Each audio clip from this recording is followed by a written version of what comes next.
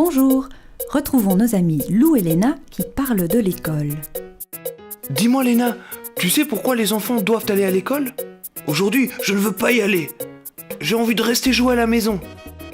Mais Lou, on apprend plein de chouettes choses à l'école. Tu sais, aller à l'école est d'abord un droit pour tous les enfants. Pourtant, je me demande si c'est comme ça aussi en Afrique. Allons voir, d'accord ? Léna a raison de dire qu'aller à l'école est un droit pour les enfants.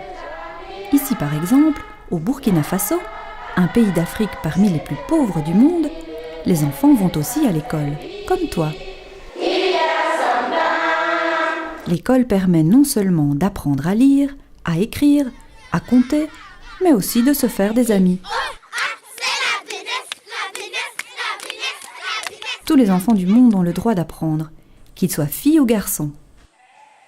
Noir ou blanc, riche ou pauvre, habitent en ville ou dans un village. Pourtant, au Burkina Faso, seulement la moitié des enfants vont à l'école. Et très peu d'entre eux arrivent jusqu'en 6e primaire. Ce qui fait que la plupart des adultes de ce pays sont analphabètes. Ils ne savent ni lire ni écrire, car ils n'ont jamais été à l'école ou pas très longtemps. Mais pourquoi les enfants ne vont-ils pas à l'école ? Eh bien, je vous propose de le deviner. Lou et Léna, observez bien. En Afrique, certains villages sont construits très loin dans la brousse. Parfois, il n'existe même pas de route pour y arriver. Les enfants vont à l'école à pied, et certains doivent marcher pendant des kilomètres. J'ai trouvé la première raison. L'école est trop loin. C'est juste, Léna. Et parfois, il n'y a tout simplement pas d'école. Alors, il arrive que les parents construisent une petite école eux-mêmes, avec les matériaux qu'ils trouvent sur place, du bois, de la paille. Là-bas, cela s'appelle une école sous paillote. Je vois qu'il n'y a pas de mur. Les élèves sont pas distraits par les bruits du dehors. Et comment font-ils quand il pleut ou quand il fait très très chaud ? Un toit de paille, ça ne protège pas vraiment. Je vois aussi qu'ils sont beaucoup et qu'ils sont un peu serrés. Il y a même des filles et des garçons de tous les âges dans la même classe. Et il n'y a pas beaucoup de livres et de matériel. Bravo, vous avez cité plein de raisons qui expliquent pourquoi certains élèves arrêtent l'école. Et il y en a d'autres. Allons voir maintenant dans une école en ville.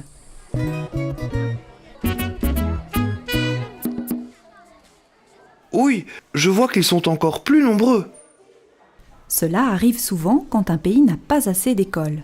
Il y a énormément d'élèves par classe, parfois plus de 100. Moi, j'ai entendu dire qu'en Afrique, beaucoup d'enfants ne peuvent pas aller à l'école parce qu'ils doivent aider leurs parents.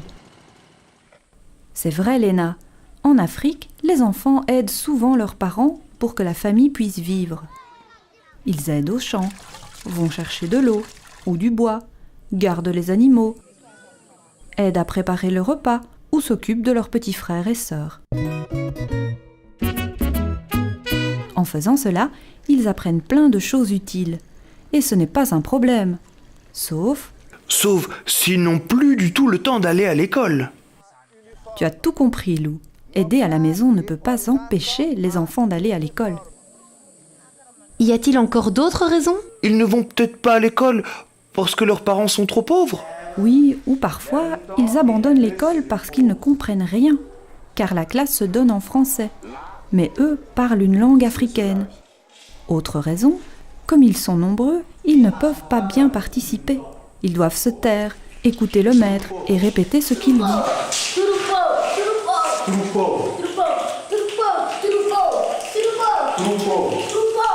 Et puis aussi, comme ils n'ont pas été à l'école étant plus petits, ils ne sont pas habitués à l'école. Ah bon ? Ils n'ont pas été à l'école maternelle ?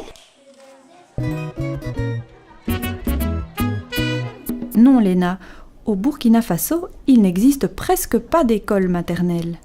En voici une. C'est vraiment rare. À l'école maternelle, les enfants s'habituent à l'école. Après, en primaire et plus tard, ils auront plus de chances de continuer à aller à l'école et donc plus de chances d'apprendre un bon métier.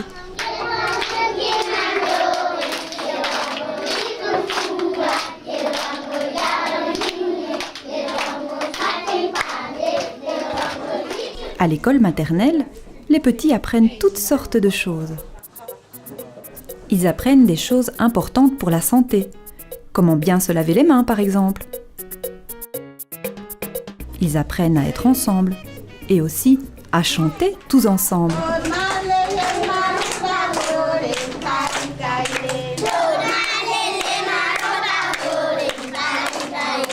Et ils apprennent déjà un peu à écrire. Et puis, si les petits vont à l'école, leurs grands frères et sœurs ne doivent plus les garder. Donc, grands et petits, tous peuvent aller à l'école.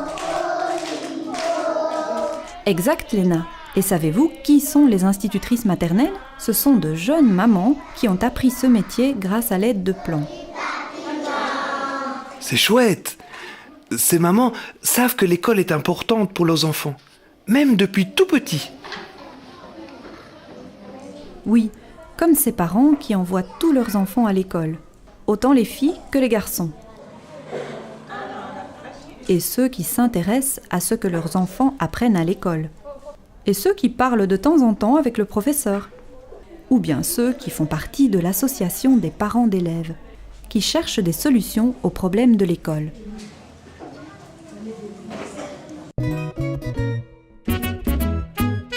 Alors Lou, à présent, que dirais-tu à un enfant qui n'a pas envie de partir le matin à l'école ? Ça va, j'ai compris. Oui, c'est important d'aller à l'école. Et toi, quelle chose te donne envie d'aller à l'école ? Au revoir les amis, à bientôt. Salut, à la prochaine fois. Salut. Boom, boom, boom, Superman.